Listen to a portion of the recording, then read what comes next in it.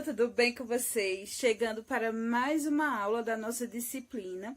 Eu espero que, na medida que vocês forem assistindo o vídeo, façam as anotações de vocês, daquilo que não ficou claro, as dúvidas que surgiu a partir do conteúdo, tá certo? Então vamos lá para mais uma aula da nossa disciplina. Lembrando também que as dúvidas e a curiosidade é que move a ciência.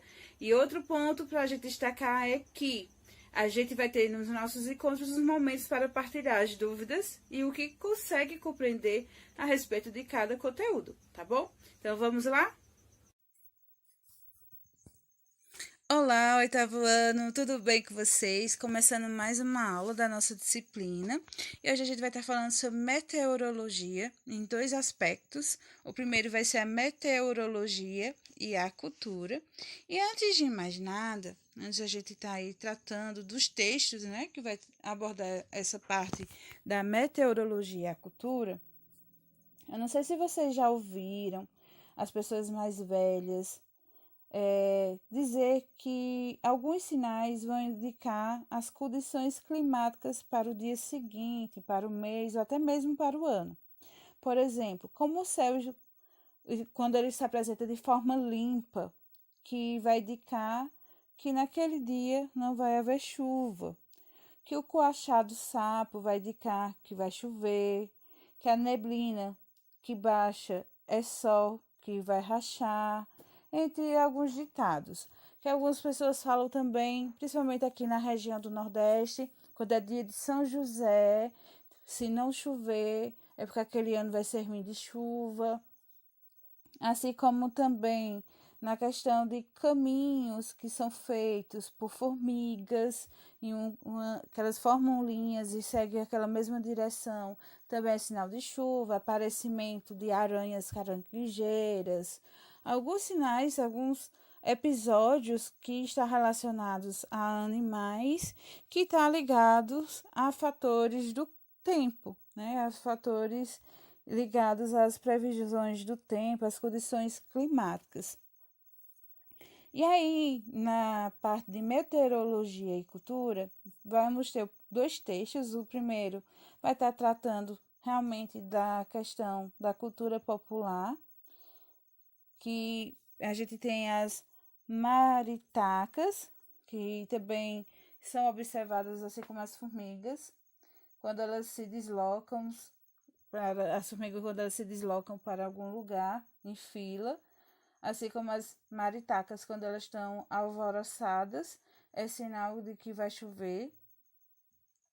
E isso é baseado na experiência adquirida por algumas pessoas, alguns povos, ao observar a natureza, e é passado de uma geração para outra, principalmente a partir dos agricultores brasileiros, que faz com que eles saibam o tempo correto para fazer o plantio e colheita dos alimentos. E esses mitos, eles fazem parte da história brasileira e não deve ser ignorado, nem muito menos desconsiderado, porque tem o seu valor e faz parte da cultura do povo, né, do povo brasileiro.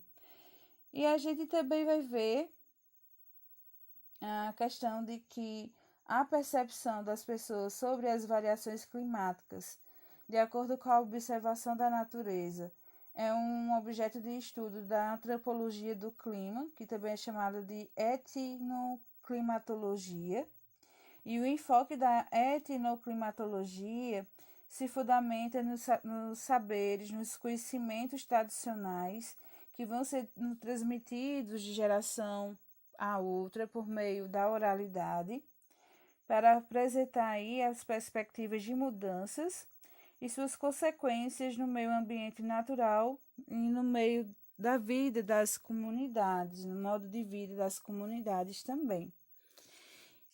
E aí, pessoal, a gente vai ver também um pouco de história na história da meteorologia, que é uma ciência, né? A ciência que estuda a atmosfera e os seus fenômenos.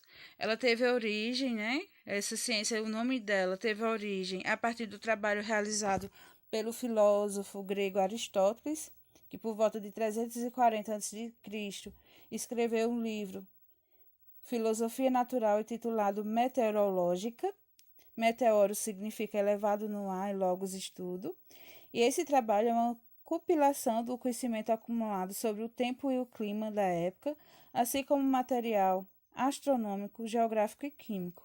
Entre outros, Aristóteles abordou temas como nuvens, chuva, neve, vento, granizo, trovão e furacões nesse seu livro. E o desenvolvimento científico da meteorologia ocorreu no século XIX, com o surgimento de equipamentos para medição, como o termômetro e o barômetro. E assim como foi importante a questão desses equipamentos para fazer medições, também foi importante a transmissão de informações que foi facilitada por meio da invenção do telégrafo no século XIX.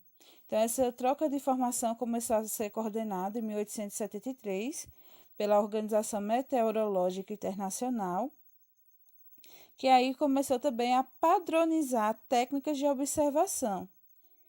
Ela foi sucedida em 1950 pela Organização Meteorológica Mundial,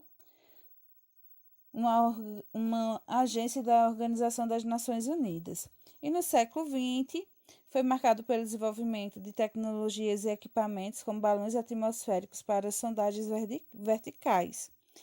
E após a Segunda Guerra Mundial, radares militares passaram a ser utilizados para medições meteorológicas e novos computadores permitiram análise e previsões mais precisas. E a meteorologia ela interage cada vez mais com outras áreas científicas. Atualmente, tecnologias sofisticadas, como aquelas associadas a radares e satélites, permitem a observação e monitoramento mais detalhado da atmosfera. E computadores de alta velocidade e novas tecnologias de informação e comunicação possibilitam o desenvolvimento de modelos matemáticos de previsão do tempo. E vale lembrar, porém, que assim como toda ciência e produção humana, a meteorologia, embora cada vez mais precisa, não é infalível e ela também sofre mudanças ao longo da história, ao longo do tempo. Então a gente vai vendo aí, vai explorando o contexto histórico, né, da parte da meteorologia, que também esse conhecimento, né, essas previsões feitas por ela é muito importante, principalmente para as áreas de agricultura, da zootecnia, pelos meios de transporte, a questão do gerenciamento dos recursos hídricos, a gente não pode esquecer disso. E a partir desse conhecimento, a gente pode embasar diversas atividades no nosso cotidiano. Então, gente, essa foi a nossa aula. Eu espero que vocês tenham entendido. Em caso de dúvidas, eu estou disponível para esclarecer, tá certo? Um forte abraço e se cuidem.